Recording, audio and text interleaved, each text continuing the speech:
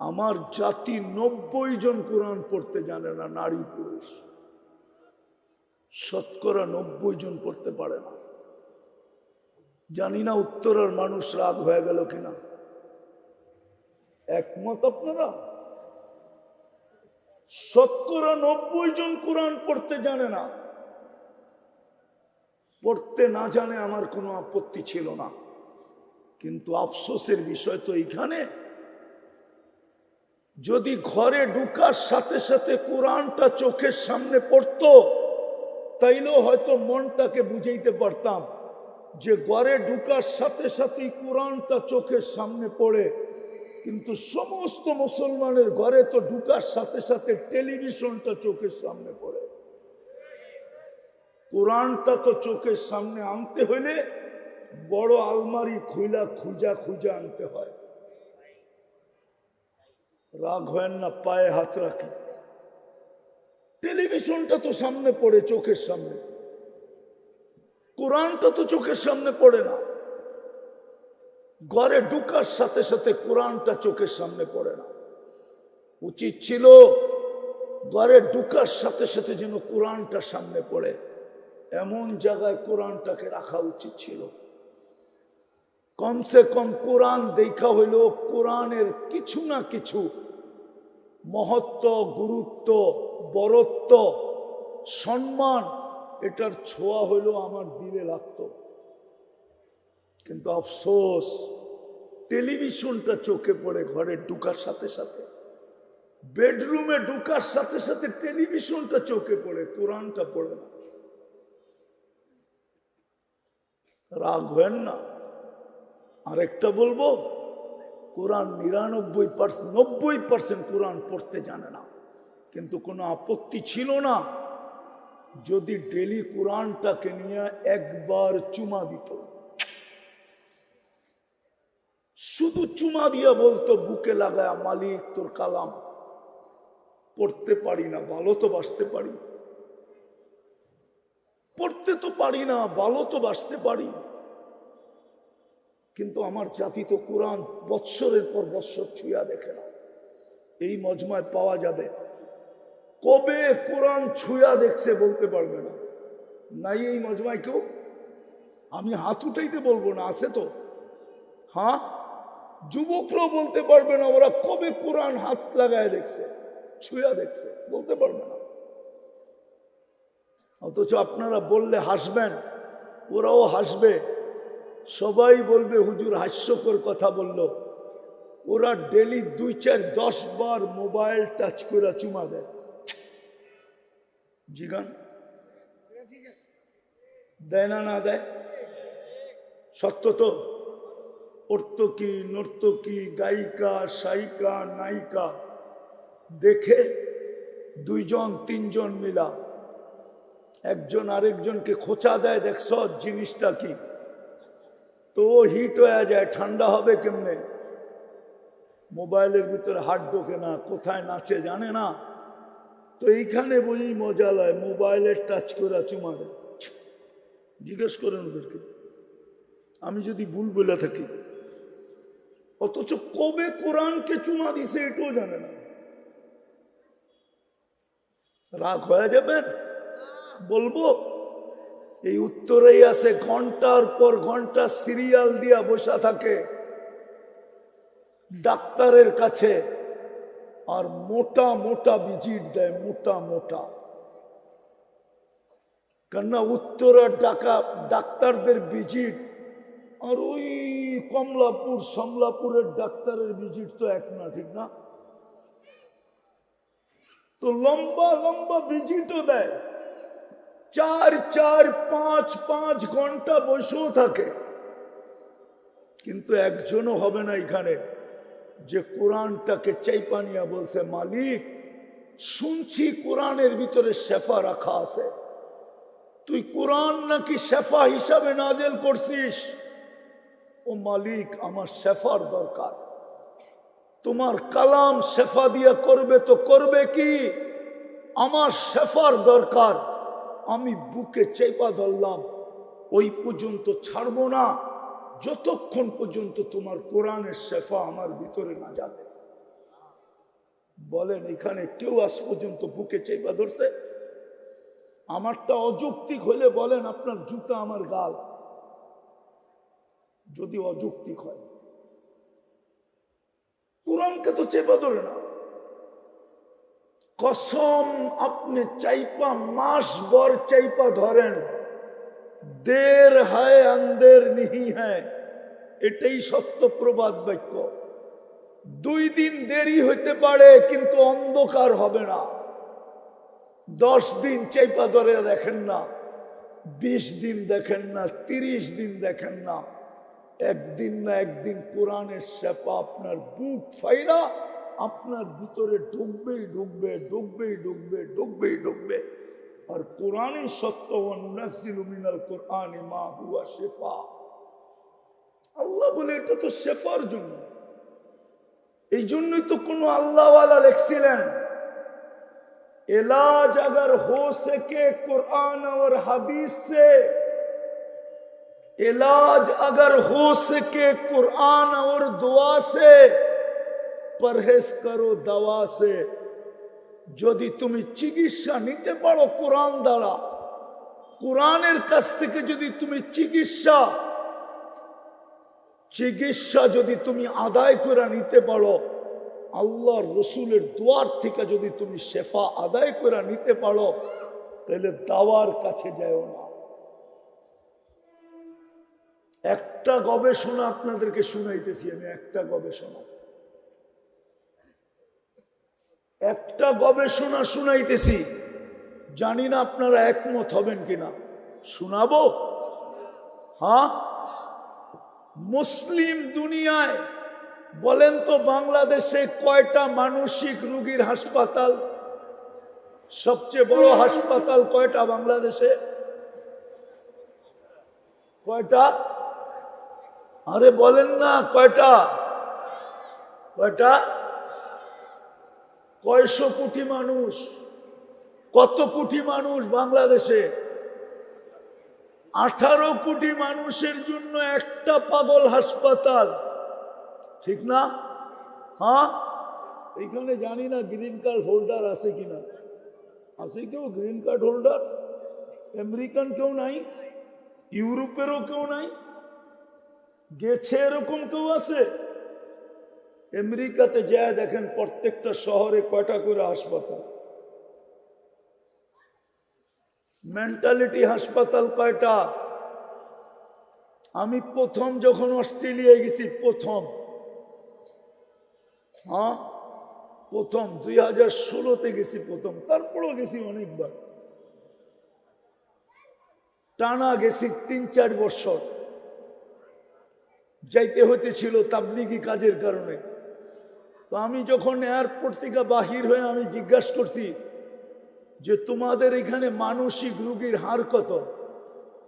আপনি first time আসলেন, এটা জিজ্ঞেস করলেন কেন? আমি বললাম আমি নামার পরে লোকগুলার অবস্থা দেখা আমার মনে হলো যদি আমার পড়া ভুল না হয়ে থাকে, এলমে কেহাফা যদি ভুল না হয়ে থাকে পড়া, তাইলে মনে হয় আমার ধারণা সঠিক হবে। আমার মনে হয় এখানে বড় পার্সেন্টেজের লোক মানসিক রোগী। তো বলতেছে 4 জনে 1 জন মানসিক রোগী। কয়জন? শতকরা 25 জন মানসিক রোগী, 25%। অস্ট্রেলিয়ায় আমরা কম কেন জানেন? সারা দুনিয়ায় মানসিক রোগী কম কেন জানেন? মুসলিম দুনিয়ায় মানসিক রোগী কম কেন জানেন? কমসে কম শুক্রবার হইল আমরা গর্দান মাসা করি, উজুর ভিতরে গর্দানে পানি লাগে, পানি। আর 5 বেলা যারা করে উজু, ওরা 5 বেলায় গর্দানে পানি লাগায়।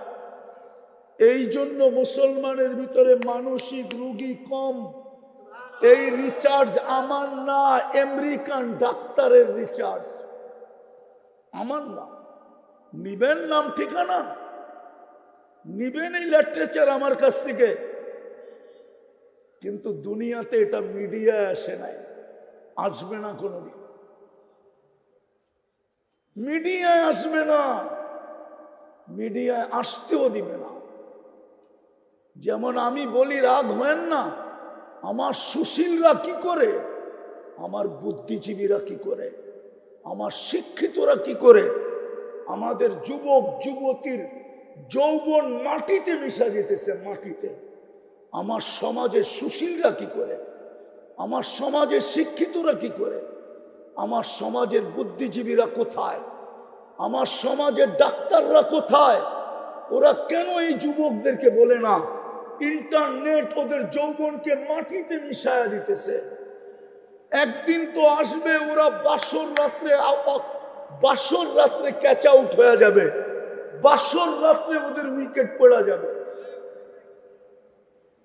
যদি বাসর রাত্র না পড়লো 2 বছর টিকবে, 2 বছর পরে শেষ। আমার সমাজে পরকীয়ার তুফান চলতেছে কেন? আরে বলেন না কেন? আমার মেয়েরা 20-তে বুড়ি হয়ে যেতেছে ইন্টারনেটের কারণে। আমার যুবকদের যৌবন শেষ হয়ে যেতেছে ইন্টারনেটের কারণে। মাদক নিয়ে আপনি চিৎকার দেন, মাদকের চেয়ে বেশি তো হলো ইন্টারনেট।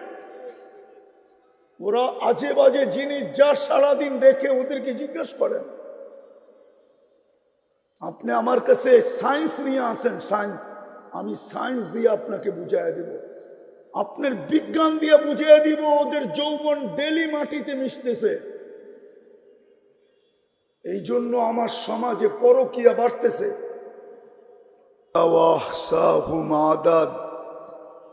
رفع السماء بقدرته بغير عمد بسط الأرض بقدرته على ماء الجمد قسم الرزق فلا ينسى من خلقه أحد ولم يكن له كفوا أحد الحي القيوم علي العظيم جواد الكريم حنان منان فعال لما يريد والصلاة والسلام على حبيبنا وحبيب ربنا مصطفى مجتبى لواء الحمد بيده يوم القيامة سيد الأولين والآخرين إمام المرسلين رسول رب العالمين بشيرا ونذيرا داعيا إلى الله رحمة للعالمين شفيع المذنبين حريص بالمؤمنين رؤوف رحيم صلى الله عليه وعلى آله وأصحابه وأتباعه صلاة وسلاما كثيرا كثيرا أما بعد فأعوذ بالله من الشيطان الرجيم بسم الله الرحمن الرحيم ولقد كرمنا بني آدم وقال جل جلاله كنتم خير أمة وقال رسول الله صلى الله عليه وسلم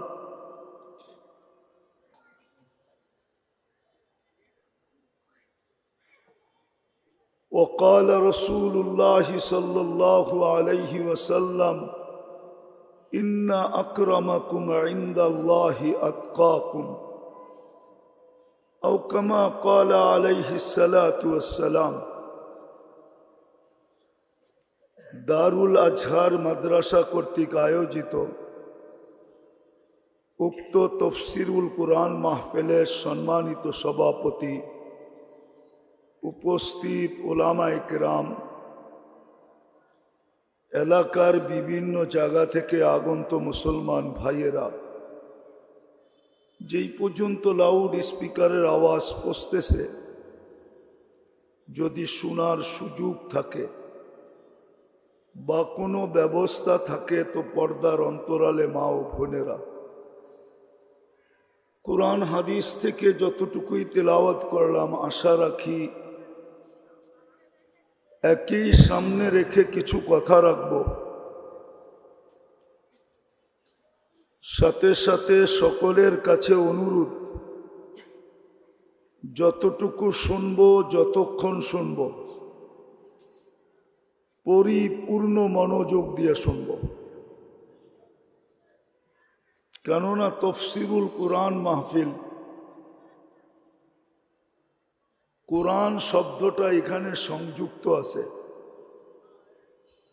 এই জন্যই কোরআন শোনার ব্যাপারে আল্লাহর ঘোষণা হলো, ইদা কুরিয়াল কোরআন ফাস্তামিউ, যখন কোরআন বা কোরআনী কথা শোনো তো পরিপূর্ণ মনোযোগ দিয়ে শোনো, বিন্দুও যেন কম না হয়। পরিপূর্ণই এটার মাত্রা। ওষুধের যেরকম মাত্রা আছে, পাওয়ার আছে, ঠিক কোরআন শোনার আল্লাহর পক্ষ থেকে নির্ধারিত পদ্ধতি হলো মনোযোগ দিয়ে শোনো। দ্বিতীয় আল্লাহর নিয়ম হলো, আল্লাহর অনুরোধ, আল্লাহর হুকুম হলো আনসিতু, পরিবেশটাকে বিলকুল নীরব রেখা শোনো। কেননা তফসিরুল কোরআন মাহফিল, কোরআন শব্দটা এখানে যুক্ত আছে। এই জন্য কোরআন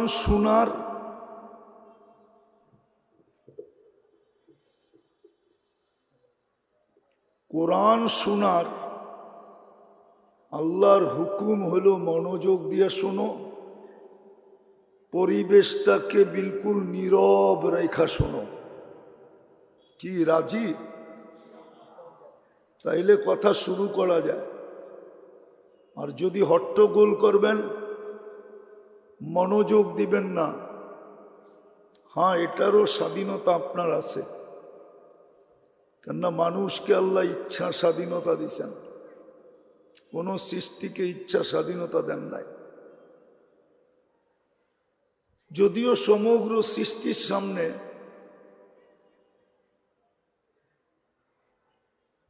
অনেক সৃষ্টির সামনেই মানুষ ক্ষুদ্র প্রাণী, আর কোরআনে মানুষের অনেক দোষও বর্ণিত। কোরআনে মানুষের অনেক দোষ বর্ণিত আছে।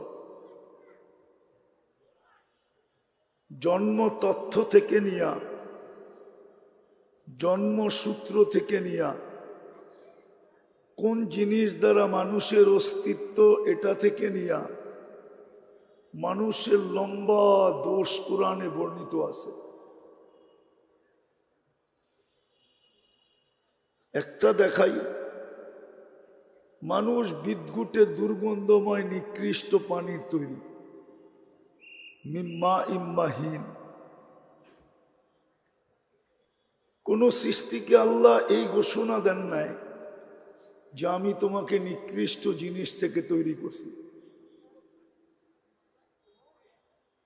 কিছু সৃষ্টি তো নির্ধারিত, জিন আগুনের তৈরি, ফেরেশতা নূরের তৈরি, বাকি সৃষ্টি অমিনাল মাই কুল্লু শাইইন হাই,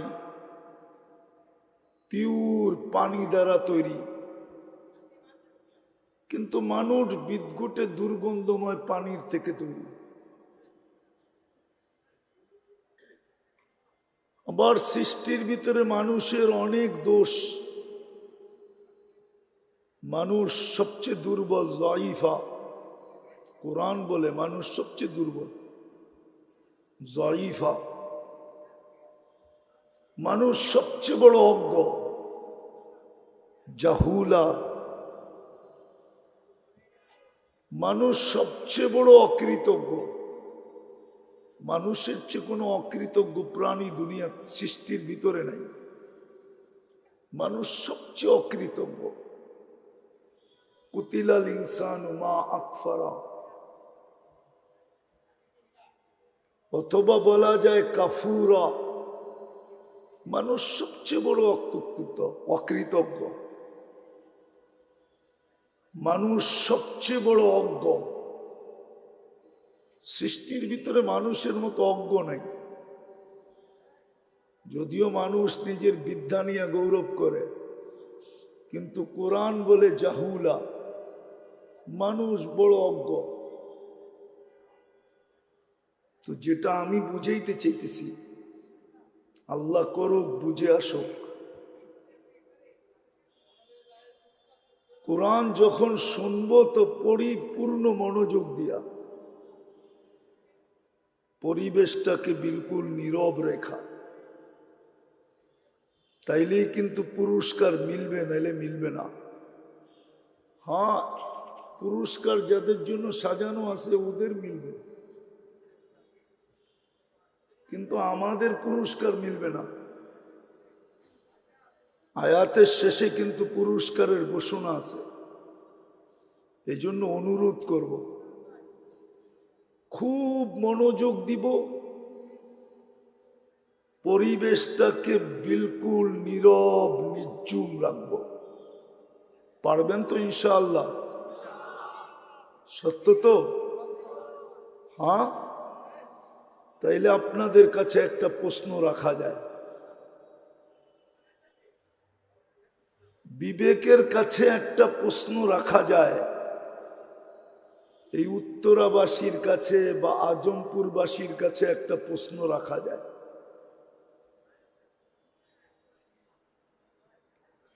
সেটা হলো, সৃষ্টির ভিতরে তো আল্লাহ আমাদেরকে শ্রেষ্ঠত্ব দিলেন মানুষ হিসাবে, আবার মানুষের ভিতরেও আমাদেরকে শ্রেষ্ঠত্ব দিলেন উম্মতে মুহাম্মদী হিসাবে। আমরা সৃষ্টির ভিতরে দুই দিক দিয়ে কিন্তু শ্রেষ্ঠ। এক তো হলো মানুষ হিসাবে সৃষ্টির ভিতরে আমরা সবচেয়ে শ্রেষ্ঠ। ওয়ালাকাদ কাররামনা বনি আদম, আমাদের চেয়ে শ্রেষ্ঠ কেউ নাই। যদিও যুক্তি বলে না, যুক্তি বলে মানুষ শ্রেষ্ঠ হবে কেন? একটু আগেই তো বললাম, মানুষ সবচেয়ে বিটগুটে দুর্গন্ধময় পানি দ্বারা তৈরি, এটা কেন শ্রেষ্ঠ হবে? শ্রেষ্ঠ তো হওয়ার কথা ছিল নূরের তৈরি, যেটা ওইটা শ্রেষ্ঠ হবে। ফেরেশতা নূরের তৈরি, যুক্তি এটাই বলে। যুক্তি কিন্তু এটাই বলে যে শ্রেষ্ঠ হবে নূরের তৈরি, যেটা সেটা শ্রেষ্ঠ হবে। মানুষ কেন শ্রেষ্ঠ হবে? দ্বিতীয় শ্রেষ্ঠ হওয়ার যোগ্য ছিল যারা আগুনের তৈরি। এই জন্যই তো ও যুক্তিকে কাজে লাগায় বলছিল, আনা খায়রুম মিনহু, আমি মানুষের চেয়ে উত্তম। এই জন্য কিন্তু শয়তান যুক্তিকে কাজে লাগায় বলছিল যে আমি মানুষের চেয়ে উত্তম। খালাকতাহু মিন তিন ওয়া খালাকতানি মিন নার, এটা তো মাটির তৈরি। যুক্তি তো বলে আমি উত্তম হব, আমিও এটাই বলতেছি, যুক্তি বলে মানুষ কেন উত্তম হবে? সবচেয়ে নিকৃষ্ট জিনিসের থেকে তৈরি। উত্তম তো হওয়ার উচিত ছিল নূরের তৈরি, ভালো মতে, কিন্তু নাইলে পরের কথা বুঝে আসবে না। আজকে বুঝে না আসার কারণেই দুরবস্থা, বুঝে না আসার কারণেই এই উম্মতের দুরবস্থা। সমস্ত উম্মতের যদি দুরবস্থা হতো তাহলে এটা মাইনা নেওয়া যেত, কিন্তু এই উম্মতের দুরবস্থা কোনো যোগ বিয়োগে মিলে না। মেনে নেওয়া যায় না। এই উম্মতের দুরবস্থা হবে কেন? যদি অ্যানালাইসিস করি, তাইলে চিন্তা করি, তাইলে এই উম্মতের দুরবস্থা হওয়ার কোনো সুযোগই ছিল না। কিন্তু এই উম্মত আজকে যে দুরবস্থার শিকার, 250 কোটি হওয়া সত্ত্বেও, 250 কোটি হওয়া সত্ত্বেও, 250 কোটি হওয়া সত্ত্বেও যেই দুরবস্থার শিকার, ইতিহাস তালাশ করলে দেখা যায় এরকম দুরবস্থার শিকার এই উম্মত কখনো ছিল না, কখনো ছিল না।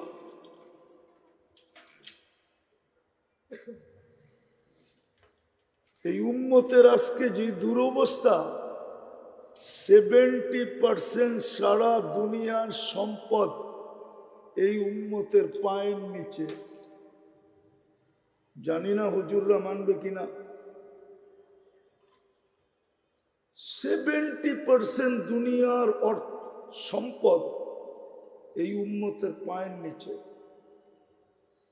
যখন পেটে পাথর ছিল তখন উম্মতের এই দুরবস্থা ছিল না। ইতিহাস উঠে দেখেন,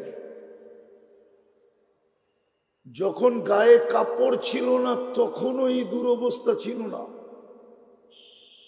যদি দুরবস্থা হতো তাইলে আমের ইবনে রিবঈ রাদিয়াল্লাহু তাআলা আনহু, পারস্য সম্রাট রোমের দরবারের কালিন ছিদ্র করতে করতে করতে করতে ওর দুয়ার পর্যন্ত পৌঁছার সুযোগ হইত না।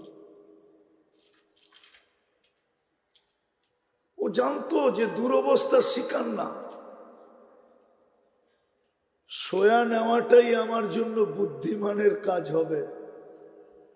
আর গাদাটাও বাঁধছিল ওর বালিশের সাথে। এই দুরবস্থা ছিল না যখন পেটে পাথর ছিল। এই দুরবস্থা ছিল না যখন গায়ে কাপড় না ছিল। এই দুরবস্থা ছিল না যখন মাসের পরে মাস চুলা না জ্বলত। এখন তো 70% সম্পদ মুসলমানের কাছে। দুনিয়ার সবচেয়ে বড় টাকা 4 দেশের কাছে। এর চেয়ে বড় কারেন্সি দুনিয়ার কারো কাছে নাই। কুয়েত, বাহরাইন, ওমান, ব্রুনাই, এর চেয়ে বড় কারেন্সি আল্লাহ কাউকে দেন নাই। হ্যাঁ, আমি গনাইলে ফজর পর্যন্ত গনাইতে পারি, যা এই উম্মতকে আজকে বর্তমানে দিছেন। কিন্তু তারপরও উম্মতের এই দুরবস্থা কেন? কুরআন তো বলে লাইসা যাল্লামাল লিল আবিদ, আল্লাহ বান্দার উপরে জুলুম করেন না। যখন বান্দার উপরে জুলুম করেন না, তো এই উম্মতের উপরে জুলুম করবেন কি করে? এই উম্মত তো আল্লাহ লাডলা। লাডলা বোঝেন? বোঝেন না? সবচেয়ে বড় প্রিয় পাত্র। প্রিয় পাত্র যদি না হইতো তাহলে এতগুলা জিনিস এই উম্মতকে দিতেন না। প্রথম তো মুহাম্মদুর রাসূলুল্লাহ দিতেন না। এই উম্মতকে তো মুহাম্মদুর রাসূলুল্লাহ দিতেন না। কেননা মুহাম্মদুর রাসূলুল্লাহ দেওয়া মানি এই উম্মত আল্লাহর কাছে সবচেয়ে বেশি প্রিয়। এই জন্যই তো ঘোষণা দিয়েছেন খায়রে উম্মা কুনতুম খায়রা উম্মা, মানব জাতির ভিতরে তোমরা সবচেয়ে শ্রেষ্ঠ, তোমরাই ফেমাস, তোমরাই আমার কাছে সবচেয়ে বেশি আধুনিক, তোমরাই আমার কাছে সবচেয়ে বেশি আপডেট, তোমরাই আমার কাছে একমাত্র প্রিয়। যদি ভালো না বাসতেন তাহলে মুহাম্মদুর রাসূলুল্লাহ দিতেন না। ওলামা একমত হবে আমার সাথে, মুহাম্মদুর রাসূলুল্লাহ দেওয়া মানি এই উম্মত কি আল্লাহর কাছে সবচেয়ে প্রিয়, লাডলা। হ্যাঁ, এই উম্মতের তো আল্লাহর কাছে 7 খুন মাপ। কয় খুন মাপ? কি কয়? আমি কম বলছি, নাইলে 100 খুনের উদাহরণ দিলেন কেন? বনি ইসরাইলের 100 খুনের উদাহরণ মুসলিম শরীফে আছে না নাই? না নাই? ওলামা কি বলে নাই?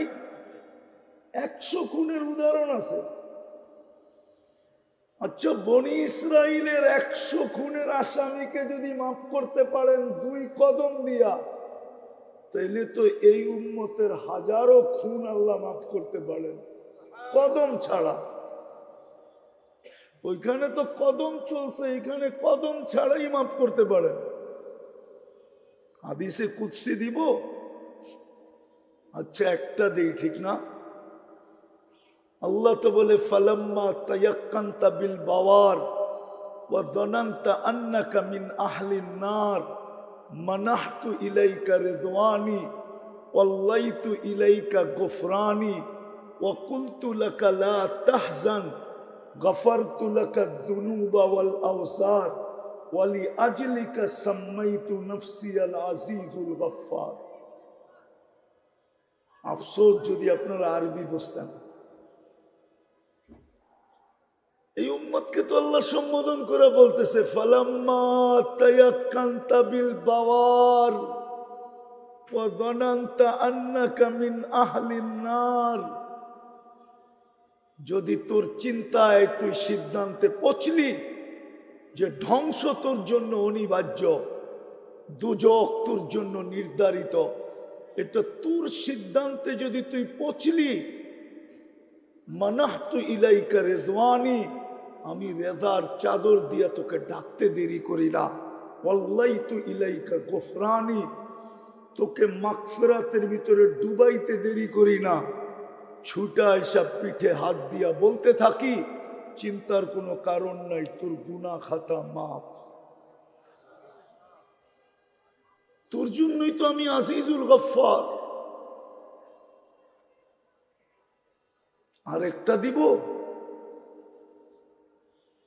এই উম্মতের যে 7 খুন মাপ, আরেকটা দেখাবো। 7 খুন না, 700 খুন মাপ। হ্যাঁ, আমি প্রমাণ দিতেছি, দেখি ওলামা একমত হয় কিনা। আল্লাহ বলে ইয়াবসুতু ইয়াদাহু নাহারান হাত্তা ইয়াতুবা মাসিআল লাইল। আল্লাহ বলে সারাদিন তোর জন্য হাত প্রসারিত করে থাকি, রাত্রে কত গুনাহ করলি, কি করলি, বড় বড় করলি না ছোট ছোট করলি, এটা আমার বিষয় ছিল না। বিষয় ছিল সূর্য উঠতে দেরি, তুই আমার কাছে মাপ চাইলি কিনা, এটা বিষয় ছিল। এটা বিষয় ছিল শুধু যে সূর্য উঠতে দেরি, মাপ চাইতে দেরি হলো না, এটা বিষয় ছিল। রাত্রে কি করলি এটা বিষয় ছিল না। আবার বলে ইয়াবসুতু ইয়াদাহু লাইলান হাত্তা ইয়াতুবা মাসিআন নাহার। আমি তো এই জন্যই বলি, একটা দিয়ে আল্লাহ উম্মতকে ফাঁসায় দিতে পারে, একটা দিয়ে। আর আমার মনে হয় একটার কারণেই আজকে উম্মতকে আল্লাহ বারবার হলুদ কার্ড দেখাইতেছে, বিশেষ করে এই বাংলাদেশের উম্মতকে। হলুদ কার্ড চিনেন? গ্রিন কার্ড হাতে দিয়ে তো জন্ম দিছিলেন যে উম্মতে মুহাম্মাদি তুমি, গ্রিন কার্ড তোমার হাতে। মনে হয় গ্রিন কার্ড বলতে আবার আমেরিকান গ্রিন কার্ড বোঝে কিনা।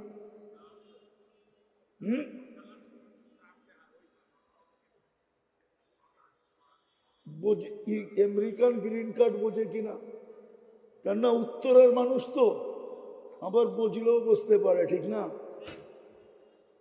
তো আল্লাহ তো আমাদেরকে গ্রিন কার্ড দিয়ে উম্মতে মুহাম্মাদি বানাইছিলেন, যে এই কার্ডটা সাথে রাখিস, যেখানে দেখাবি ওকে। মালাকুল মৌতকে দেখাইলো ওকে, কবরে দেখাইলো ওকে, কিয়ামতের মাঠে দেখাইলো ওকে, যেইখানে দেখাবি ওকে। হুজুররা মনে হয় মানতে চাবে না। একটা দলিল দিমু বুখারীর থেকে, এই জন্যই মনে হয় ইমাম বুখারী রহমতুল্লাহ আলাই বলতে চাইতেছেন যে কবরের প্রথম প্রশ্ন মান রব্বুকা না। কবরের প্রথম প্রশ্ন মান রব্বুকা না। উনার সাথে ইমাম মুসলিম রহমতুল্লাহ আলাই সুরে সুর মিলাইছেন, বলছেন কবরের প্রথম প্রশ্ন মান রব্বুকা না। কবরের প্রশ্ন তিনটা, কিন্তু প্রথমটা মান রব্বুকা না। উনি বুখারী শরীফে নিয়ে আসছেন 1264 নম্বর হাদিস, কিতাবুল জানায়েজ 5 নম্বর পারায় এই হাদিস নিয়ে আসছেন যে কবরে প্রথম জিজ্ঞাসা করা হবে মা কুনতা তাকুলু ফি হাদার রাজুলি মুহাম্মাদিন। বলো তোমাকে যে গ্রিন কার্ড দিয়া বানাইছিলাম উম্মতে মুহাম্মাদি, ওই গ্রিন কার্ডটা আছে কিনা বলো। ওনার রঙে তুমি রঙিন কিনা বলো। আমি পুরা পটভূমিটা তুলে ধরতেছি, তাইলে আরো সহজ হবে।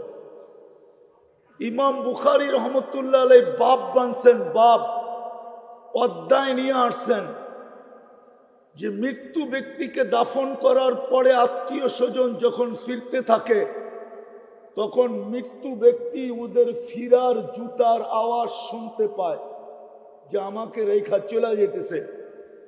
তখনই দুই ফেরেশতা আসে আর মৃত্যু ব্যক্তিকে বসায়া জিজ্ঞাসা করে মা কুনতা তাকুলু ফি হাদার রাজুলি মুহাম্মাদিন, বল তোর কাছে গ্রিন কার্ড আছে কিনা, তুই মুহাম্মদুর রাসূলুল্লাহর রঙে রঙিন কিনা বল। আগে এটা প্রমাণ কর, পরেরটা পরে দেখা যাবে। প্রথম প্রমাণ করতে হবে মুহাম্মদুর রাসূলুল্লাহর রঙে রঙিন কিনা। এই জন্যই আমি বলতে শুরু করছিলাম যে মানুষ হিসাবে সৃষ্টির ভিতরে শ্রেষ্ঠত্ব দিছেন, আর মানুষের ভিতরে আমাদেরকে উম্মতে মুহাম্মদী হিসাবে শ্রেষ্ঠত্ব দিছেন। এই উম্মতের তো দুর্দশার হওয়ার কথা ছিল না। পেটে যখন বাচ্ছিল না তখনই তো দুর্দশা ছিল না। বর্তমানে যতটুকু দুর্দশার শিকার এই উম্মত, পেটে যখন বাচ্ছিল না তখনও এতটুকু দুর্দশার শিকার ছিল না। পরনে যখন কাপড় ছিল না তখনও এতটুকু দুর্দশার শিকার ছিল না। এক কাপড়ে যখন স্বামী স্ত্রীর জীবন চলতেছিল তখনও এতটুকু দুর্দশার শিকার এই উম্মত ছিল না। কসম খোদার, তখনও একজনে হাত উঠাইলে ফেরেশতা চলে আসতো। একজনে হাত উঠাইলে 250 কোটি হাত উঠায় বসে আছে, ফেরেশতার কোনো চিহ্ন দেখা যায় না। যদি চিহ্ন দেখা যেত তাইলে তো ফিলিস্তিনে এতদিনে ফেরেশতা নেমে আসতো। 2 বছর 2 মাস চলতেছে পড়ায় ফিলিস্তিনের যুদ্ধ, আর ফিলিস্তিনের যুদ্ধের যুগ বিয়োগ আমার মিলে না, আপনাদের মিলতে পারে। কেননা আমি তো ফিলিস্তিন চোখে দেখছি 2010-এ। প্রত্যেকটা গ্রাম গ্রাম এলাকা এলাকা চৈসা দেখছি। এই জন্য আমার যুগ বিয়োগ মিলে না। এই জন্য মিলে না যেখানে ইব্রাহিম আলাইহিস সালাতু ওয়াস সালাম জাতির পিতা খলিলুল্লাহ যেখানে ঘুমান আরাম করেন, ওইখানে বোম ফাটে কি করা। একটু যোগ বিয়োগ মিলা। ওয়াদিয়ে খলিলে তো ইব্রাহিম আলাইহিস সালাম ঘুমাইতেছেন, উনি যেই গ্রামে ঘুমান ওটার নাম ওয়াদি খালিল। ওনার থেকে একটু দূরেই তো মুসা আলাইহিস সালাম ঘুমাইতেছেন, ওয়াদি মুসা। একটু দূরেই তো ওনার শ্বশুর ঘুমাইতেছেন, শুআয়ব আলাইহিস সালাম। ওনার পাশেই তো ঘুমাইতেছে মুসা আলাইহিস সালামের শিষ্য ইউশা বিন নুন আলাইহিস সালাম। এছাড়াও তো 70 জন নবীর কবর চিহ্নিত আছে, চিহ্ন দেওয়া আছে 70 জন নবীর কবর। 45,000 সাহাবায়ে কেরাম শুয়ে আছে ফিলিস্তিনে। কত কত 45,000। কুল্লুহুম শুহাদা, প্রত্যেকজন শহীদ। শহীদ মরে নাই, ওরাও জীবিত।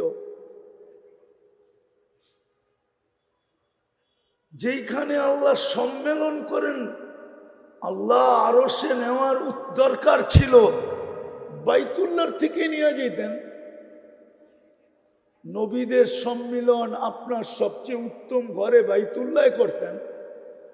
মেরাজের রাত্রে তো 1.25 লক্ষ নবীদের সম্মেলন ছিল বাইতুল মুকাদ্দাসে, সশরীরে, রুহানি না। ওলামা একমত হবে ইনশাআল্লাহ, আশা করি। সশরীরে 1.25 লক্ষ নবীদের সম্মেলন। মুহাম্মদুর রাসূলুল্লাহ ইমাম। ওই দিনের সবচেয়ে বড় বক্তা, প্রধান বক্তা মুহাম্মদুর রাসূলুল্লাহ সাল্লাল্লাহু আলাইহি ওয়াসাল্লাম। ওই জমিনে 2 বছর যুদ্ধ হয় কি করে? তারপরে ওদের সাথে, ওদের সাথে যুদ্ধ হয়। 32 বার আল্লাহর কাছে যাদের ব্যাপারে আমরা আশ্রয় প্রার্থনা করি, গায়রিল মাগদুব, ওদের সাথে যুদ্ধ। কমসে কম 32 রাকাতে তো 32 বার বলি গায়রিল মাগদুব, ওদের সাথে যুদ্ধ হয় কি করে? কিন্তু হবে না তো হবে না কেন? এটাই বুঝাইতে চাইতেছি। হবে না তো হবে না কেন? কি কারণে হবে না? এই প্রশ্নটাই আপনাদের সামনে রাখতে চাইতেছিলাম, যে হবে না তো হবে না কেন? সৃষ্টির ভিতরে আমাকে মানুষ হিসাবে শ্রেষ্ঠত্ব দিল, মানব জাতির ভিতরে আমাকে উম্মতে মুহাম্মদী হিসাবে শ্রেষ্ঠত্ব দিলেন। শুধু শ্রেষ্ঠত্ব দিলেন না, আবার শ্রেষ্ঠত্বের প্রমাণও দিলেন। প্রমাণ স্বরূপ আমি বলতেছিলাম, মুহাম্মদুর রাসূলুল্লাহ সর্বপ্রথম প্রমাণ। আপনি মুহাম্মদুর রাসূলুল্লাহ পাইছেন। যদি মুহাম্মদুর রাসূলুল্লাহ প্রমাণ না হইতো, তাহলে আমি কিতাব থেকে একটা প্রমাণ দিতেছি। যদি মুহাম্মদুর রাসূলুল্লাহ সাল্লাল্লাহু আলাইহি ওয়াসাল্লাম আমার কথার প্রমাণ না হইতো, তাহলে আমি কিতাব থেকে একটা প্রমাণ দিতেছি। কিতাব থেকে দিতেছি। বাদায়ে নেহায়ে লেখা আছে, ওইখানে লেখা না থাকলে আমি বলতাম না যে দানিয়াল আলাইহিস সালাম শুধু এই উম্মতের হাতের মাধ্যমে কাফন দাফন পাওয়ার জন্য 2500 বৎসর অপেক্ষা করছেন। মৃত্যুর পরে ওনার দোয়া ছিল, আল্লাহ মৃত্যুর পরে যেন আমাকে সুরক্ষিত রাখা হয়। উম্মতে মুহাম্মাদি যেদিন আসবে, এদের হাতের মাধ্যমে যেন আমাকে কাফন দাফন করা হয়। কেননা আমি এই ফজিলতটুকু পাইতে চাই। কেননা উম্মতের মুহাম্মদের ফজিলত, মুহাম্মদুর রাসূলুল্লাহর উম্মতের ফজিলত যতটুকু আমি জানছি, আপনি আমাকে জানাইছেন, বিদায় আমার মন বলে আমি ওদের হাতের ছোঁয়া চাই। আর কোরআনও এই কথা সাক্ষী দেয়। মাসালুহুম ফিত তাওরাত ওয়া মাসালুহুম ফিল ইনজিল। আমাদের প্রশংসায় তৌরাত ভরা ছিল, ইনজিল ভরা ছিল, জবুর ভরা ছিল। আসমানি কোনো কিতাব নাই যেটার ভিতরে আমাদের আলোচনা না ছিল। কোন নবী রসুল এরকম আসেন নাই যাদের মুখে আমাদের আলোচনা না ছিল।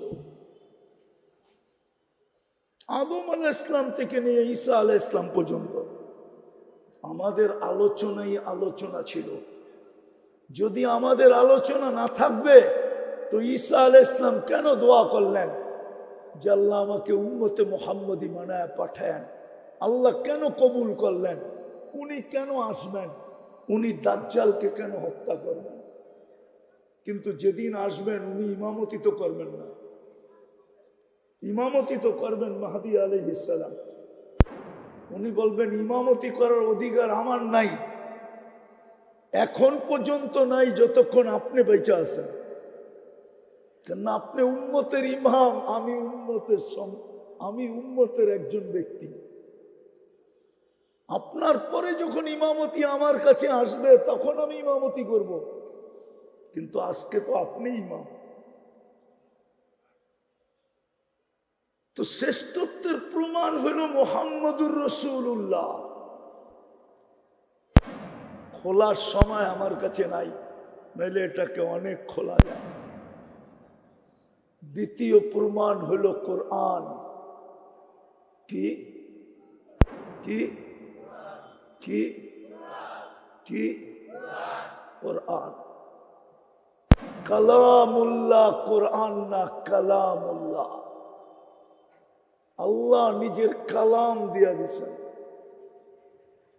এর কালাম আমাদেরকে দিয়া দিছেন। কিন্তু আফসোস আমার জাতি 90 জন কোরআন পড়তে জানে না, নারী পুরুষ শতকরা 90 জন পড়তে পারে না।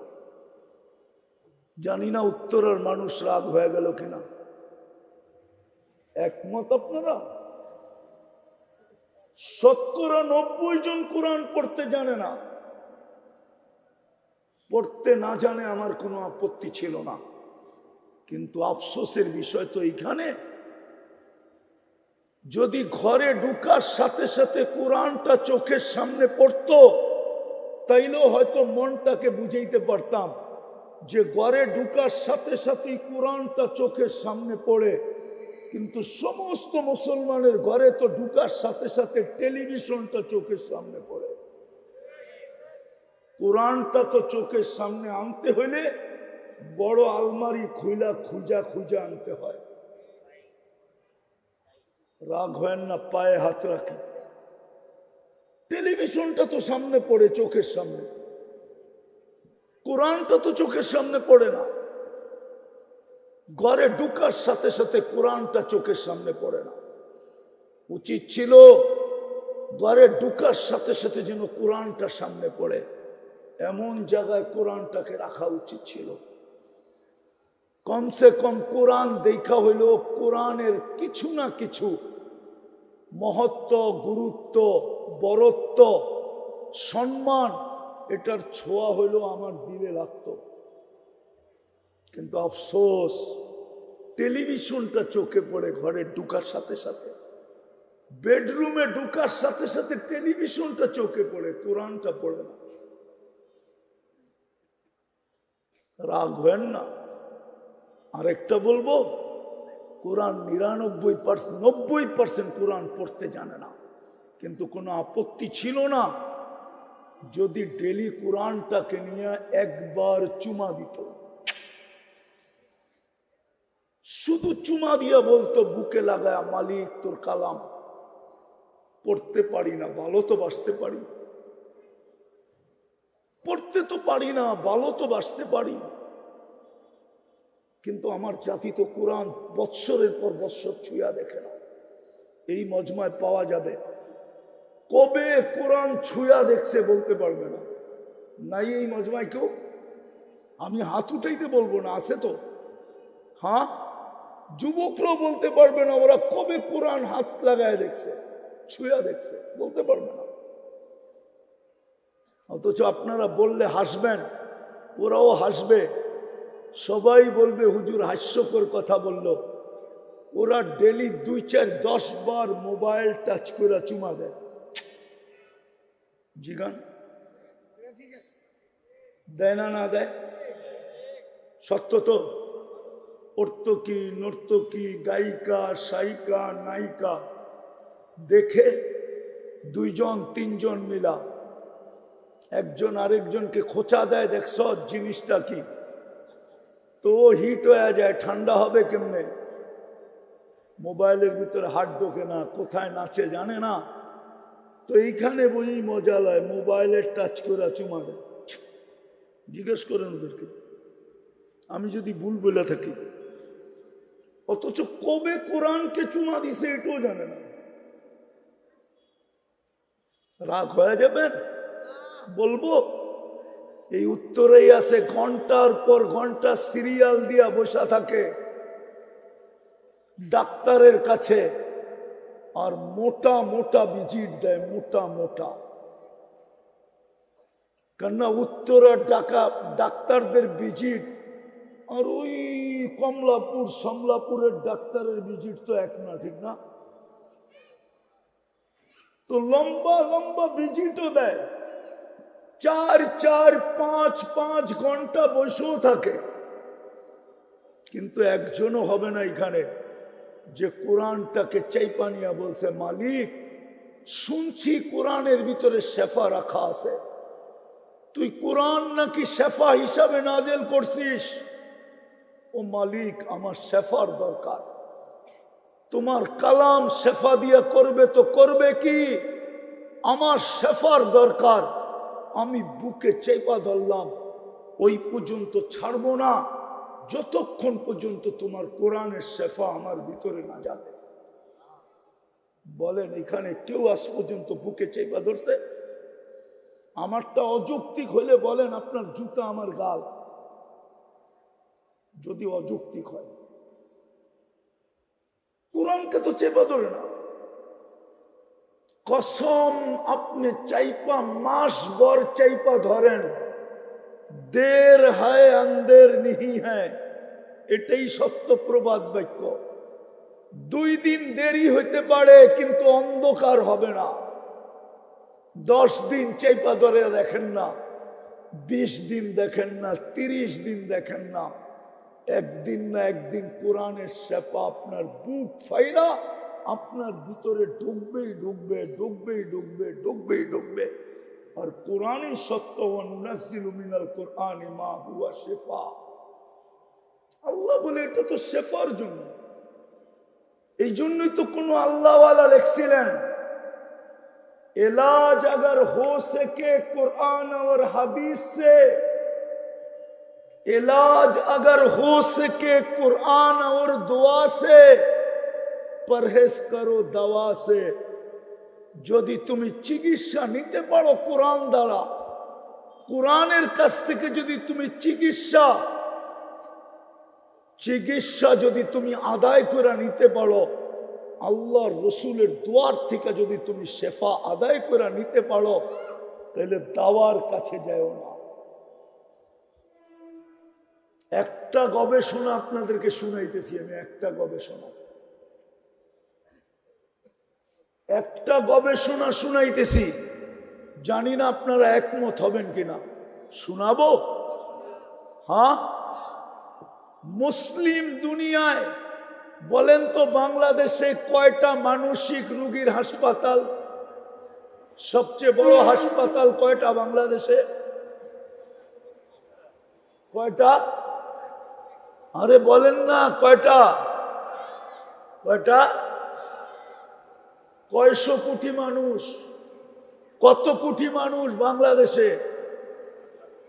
18 কোটি মানুষের জন্য একটা পাগল হাসপাতাল, ঠিক না? হ্যাঁ।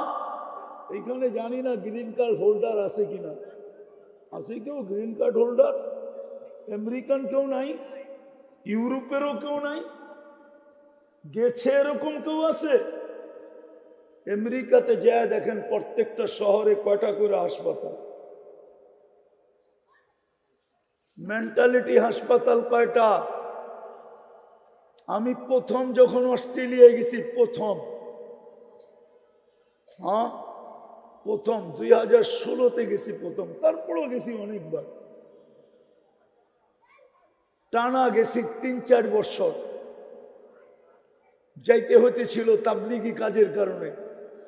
তো আমি যখন এয়ারপোর্ট থেকে বাহির হয়ে আমি জিজ্ঞাসা করছি যে তোমাদের এখানে মানসিক রোগীর হার কত? আপনি ফার্স্ট টাইম আসলেন, এটা জিজ্ঞেস করলেন কেন? আমি বললাম, আমি নামার পরে লোকগুলার অবস্থা দেখা আমার মনে হলো যদি আমার পড়া ভুল না হয়ে থাকে, এলমে কেহাফা যদি ভুল না হয়ে থাকে পড়া, তাইলে মনে হয় আমার ধারণা সঠিক হবে। আমার মনে হয় এখানে বড় পার্সেন্টেজের লোক মানসিক রোগী। তো বলতেছে 4 জনে 1 জন মানসিক রোগী। কয়জন? শতকরা 25 জন মানসিক রোগী, 25%। অস্ট্রেলিয়া আমরা কম কেন জানেন? সারা দুনিয়ায় মানসিক রোগী কম কেন জানেন? মুসলিম দুনিয়ায় মানসিক রোগী কম কেন জানেন? কমসে কম শুক্রবার হইল আমরা গর্দান মাসা করি, উজুর ভিতরে গর্দানে পানি লাগে, পানি। আর 5 বেলা যারা করে উজু, ওরা 5 বেলায় গর্দানে পানি লাগায়। এই জন্য মুসলমানের ভিতরে মানসিক রোগী কম। এই রিচার্জ আমার না, আমেরিকান ডাক্তারের রিচার্জ, আমার না। নিবেন নাম ঠিকানা, নিবেন এই লিটারেচার আমার কাছ থেকে, কিন্তু দুনিয়াতে এটা মিডিয়ায় আসে নাই, আসবে না কোনোদিন। মিডিয়ায় আসবে না, মিডিয়ায় আসতেও দিবে না। যেমন আমি বলি রাগ হয়েন না, আমার সুশীলরা কি করে, আমার বুদ্ধিজীবীরা কি করে, আমার শিক্ষিতরা কি করে, আমাদের যুবক যুবতীর যৌবন মাটিতে মিশা যেতেছে, মাটিতে। আমার সমাজের সুশীলরা কি করে, আমার সমাজের শিক্ষিতরা কি করে, আমার সমাজের বুদ্ধিজীবীরা কোথায়, আমার সমাজের ডাক্তাররা কোথায়? ওরা কেন এই যুবকদেরকে বলে না ইন্টারনেট ওদের যৌবনকে মাটিতে মিশায়া দিতেছে? একদিন তো আসবে ওরা বাসর রাত্রে ক্যাচ আউট হয়ে যাবে, বাসর রাত্রে ওদের উইকেট পড়া যাবে। যদি বাসর রাত্র না পড়লো 2 বছর টিকবে, 2 বছর পরে শেষ।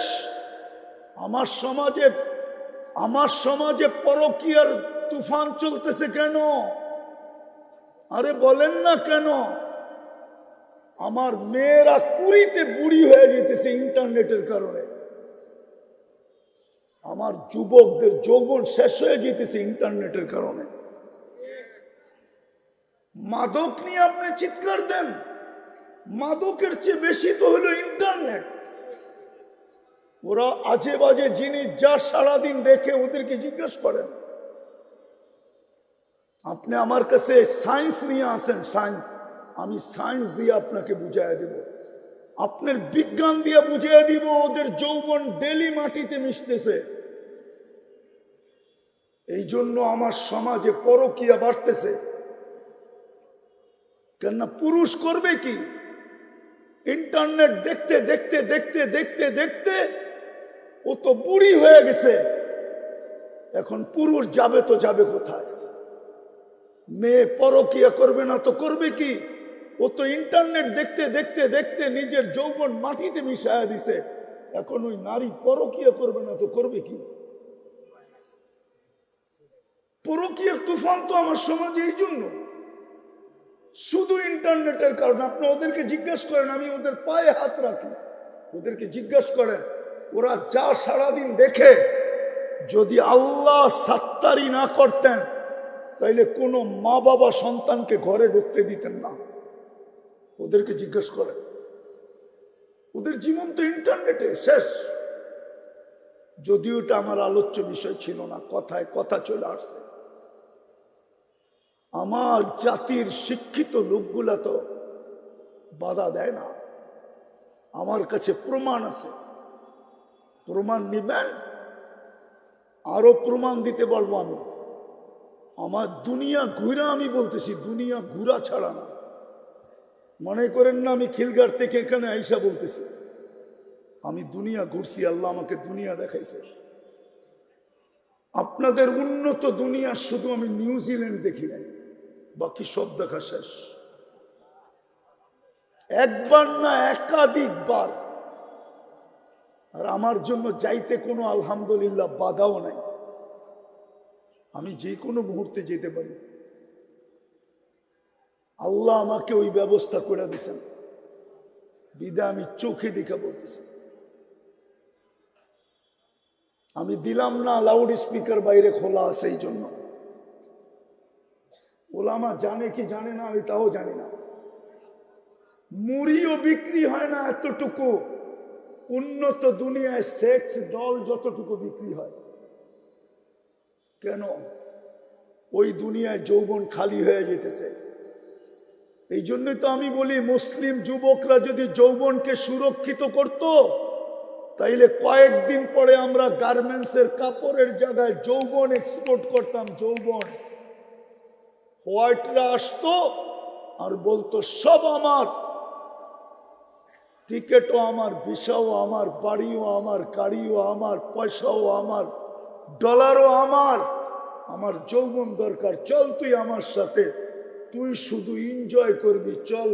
আমার যৌবন দরকার। আমার দেশে যৌবন নাই, মানুষ আছে যৌবন নাই। কিন্তু ওদের কাছে তো থিওরি হইল, হাম তো ডুবে হ্যাঁ সনম তুঝে লে ডুবেঙ্গে।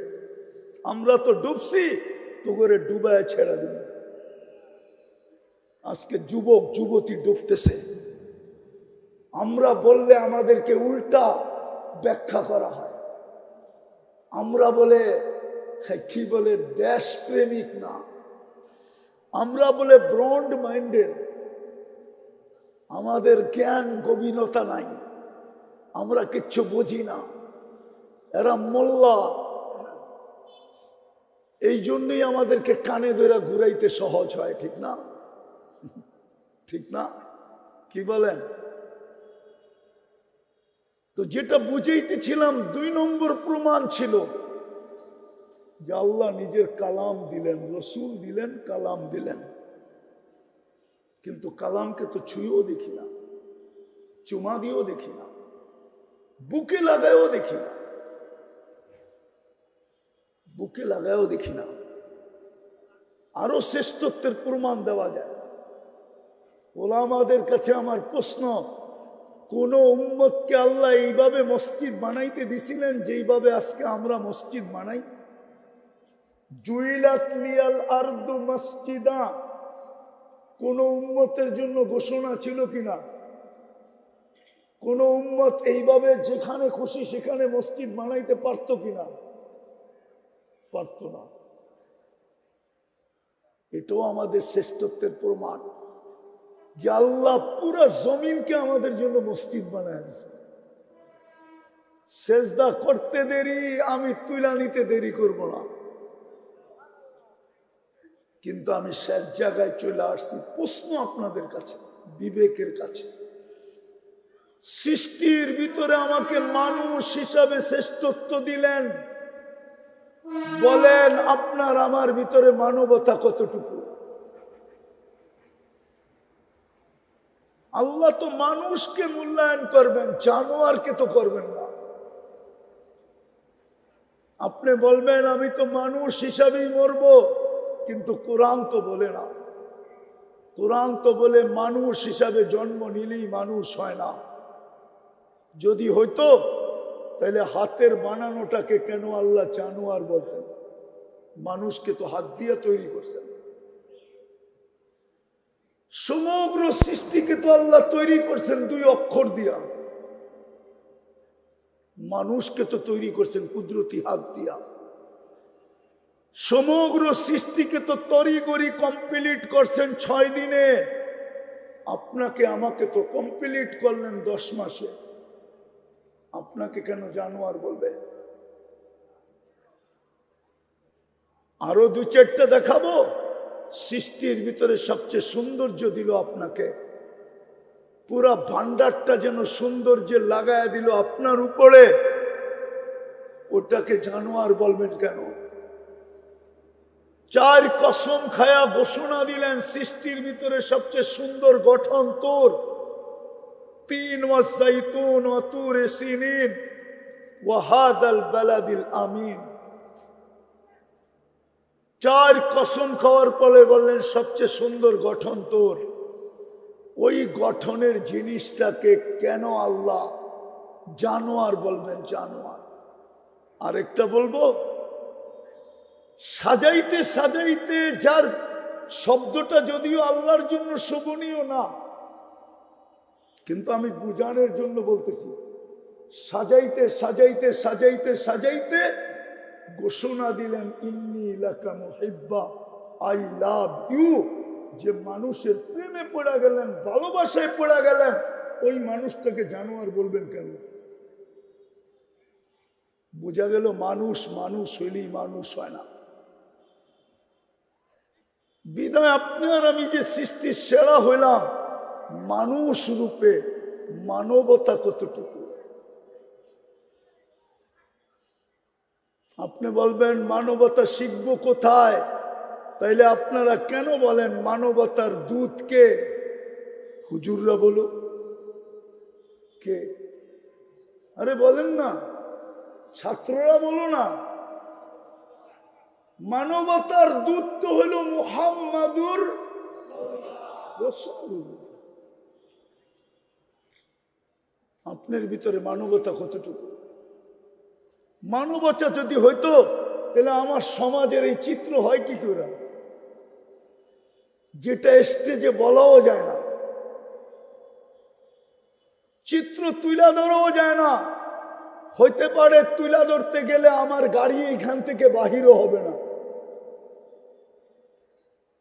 হইতে পারে আমি উত্তরা ক্রসও করতে পারবো না। আমার সমাজের চিত্র এরকম কেন হবে যদি মানবতা থাকে? মানবতা থাকলে তো এরকম ছিল চিত্র।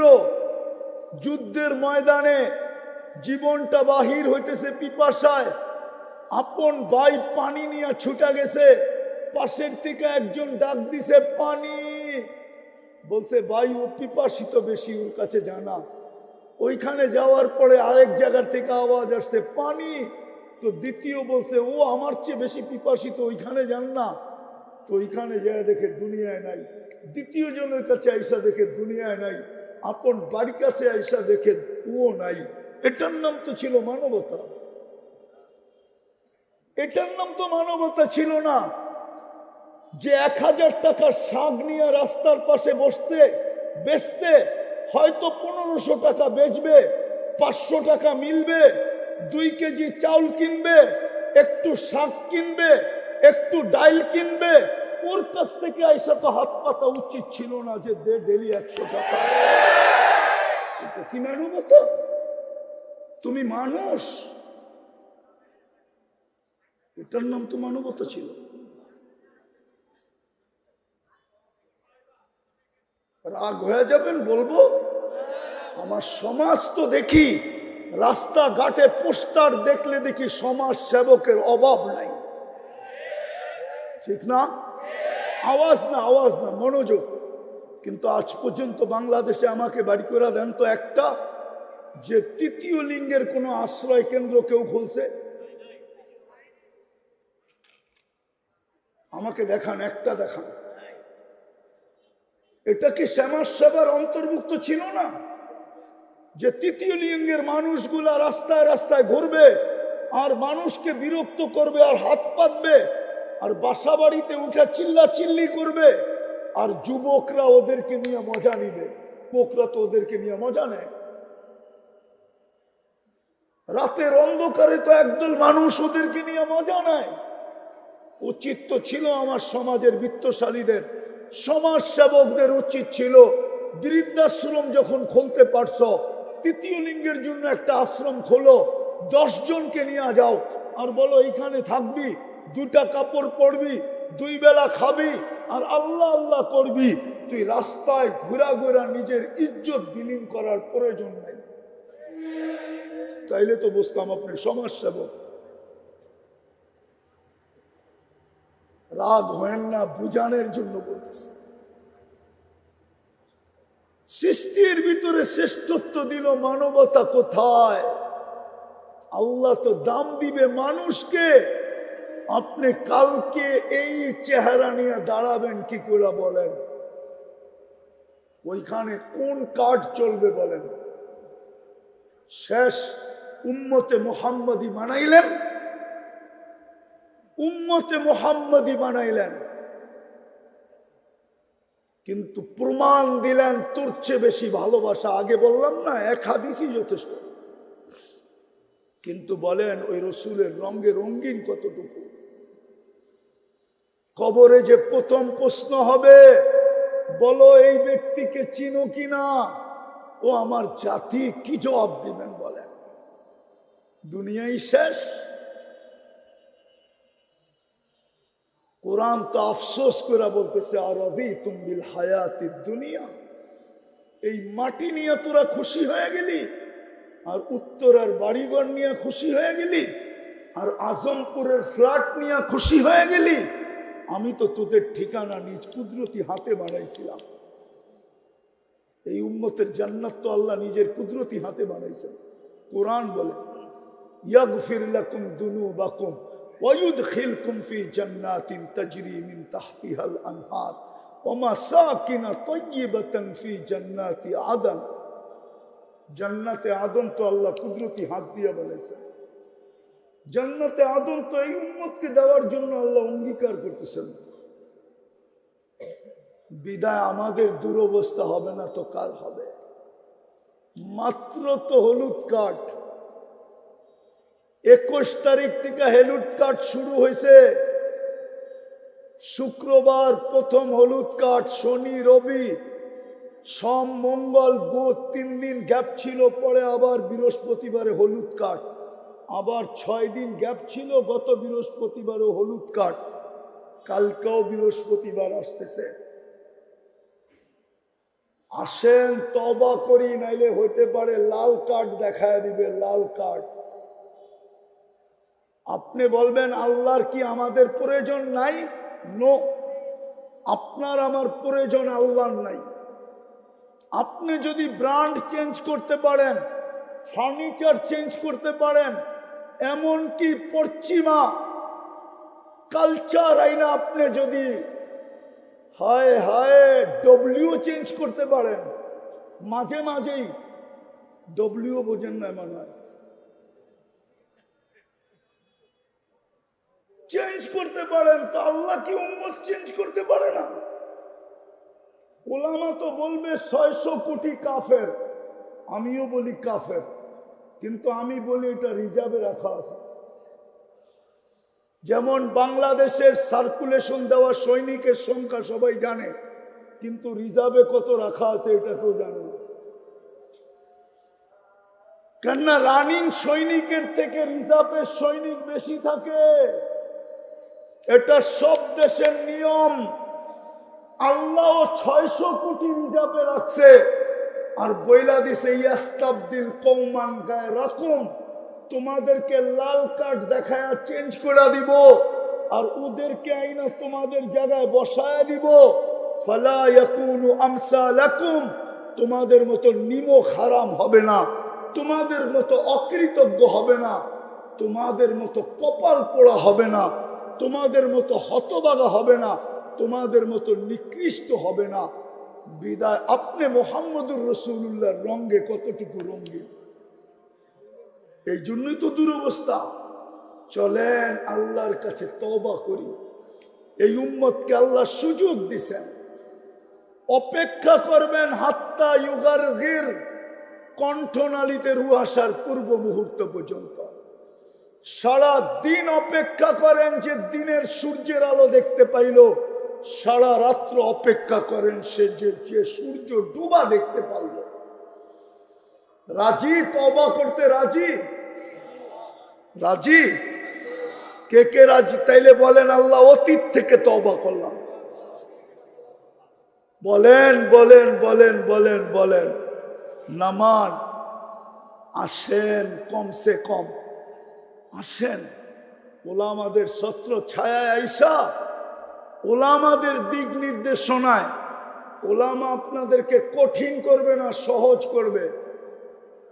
আমি তো এই জন্য বলি, আমার জাতি যদি একটা কাজই করত তাইলেও তো মনকে বুঝাইতে পারতাম। যখনই ঘুমাইতে যায় তখনই যদি আমার জাতি আল্লাহর কাছে মাপ চায় ঘুমাইত, যখনই ঘুমাইতে যায়। কেন হইতে পারে ঘুমাবে আর কোনোদিন উঠবে না, সুযোগ হাতের থেকে চলে যাবে, তওবা করার আর সুযোগ হবে না, মাপ চাওয়ার আর সুযোগ হবে না। বিধায় আমি তো যুবকদের পায়ে হাত দিয়া বলি, যুবক সারাদিন কি করলা আমার বিষয় না, আমার বিষয় হলো তুমি যখন ঘুমাইতে গেলা আল্লাহর কাছে মাপ চায় ঘুমাইলা কিনা। একটা কাজই যদি করত, দ্বিতীয় আরেকটা কাজই যদি আমার জাতি করত, আজান দিতে দেরি, ছুটা মসজিদে যেতে যদি দেরি না করত। কে ডাকতেছে? কে? আরে কে ডাকতেছে? আরে কে ডাকতেছে? আল্লাহ ডাকতেছে। আমি আপনি করে বলবো না, আমার জাতিকেই বলবো। মুরব্বীরা ডাকতে দেরি, বাংলাদেশের কোনার থেকে ছুটে আসতে দেরি করে না, ঠিক না? কি রাগ হয়ে গেলেন? হ্যাঁ, অথচ ঘরের পাশের থেকে দাঁড়ায় আল্লাহ ডাকে। মসজিদ বিলকুল ঘরের পাশে, এখানে আল্লাহ ডাকে, 2 কদম দিয়া যায় না। অথচ মুরব্বীদের ডাকে বাংলাদেশের কোনার থেকে ছুটে আসে। তুই ছুটে গেছ কোথায়? মুরব্বীরা ডাকছে। কে ডাকছে? বড়রা ডাকছে, মুরব্বীরা ডাকছে। ও মুরব্বীর ডাকে টেকনাফ থেকে ছুটতেছে, তেতুলিয়ার থেকে ছুটতেছে, অথচ আল্লাহ ডাকে ওর ঘরের পাশে মসজিদও ছুটে যায়। খোদার কসম দ্বিতীয়টাও করেন, নাইলে হইতে পারে লাল কার্ড এই উম্মতকে দেখায় দিবে। ওটারই নমুনা দেখা যাইতেছে, একটার পরে একটা দেশ মাটির সাথে মিশতেছে। আফগানিস্তানের পরে ইরাক, ইরাকের পরে লিবিয়া, লিবিয়ার পরে সিরিয়া, সিরিয়ার পরে এখন ফিলিস্তিন। জানি না এটার পরে কার সিরিয়াল আসে। আল্লাহর পক্ষ থেকেই আসতেছে। আল্লাহ তাকায় তাকায় দেখতেছে, লিউযিকাহুম বাদাল্লাযী আমিলু লাআল্লাহুম ইয়ারজিউন। এরা ইউটার্ন নেয় কিনা? ইউটার্ন নিলে হয়তো মাফ করে দিবে। পড়বেন নামাজ আজকের থেকে পাক্কা? আল্লাহ আমাদেরকে আমল করার তৌফিক দান করেন। ওমা আলাইকুম।